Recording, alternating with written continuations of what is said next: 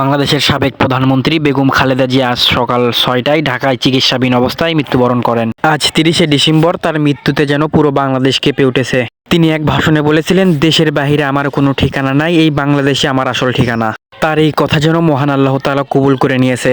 মিডিয়ার মাধ্যমে জানা যায়, বেগম খালেদা জিয়ার কবর শহীদ জিয়াউর রহমানের কবরের পাশেই দেওয়া হবে। দেশের বাইরে আমার কোনো ঠিকানা নেই, এটাই হলো আমার ঠিকানা।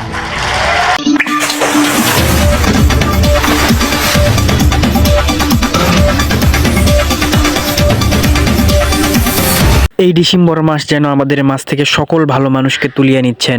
ওসমান হাদি ভাই এই মাসেই শহীদ হলেন। বাংলাদেশের সাবেক প্রধানমন্ত্রী বেগম খালেদা জিয়া, তিনিও এই মাসেই চলে গেলেন। মহান আল্লাহ তাআলা ওনাদের দুইজনকে যেন জান্নাত বেশি করে।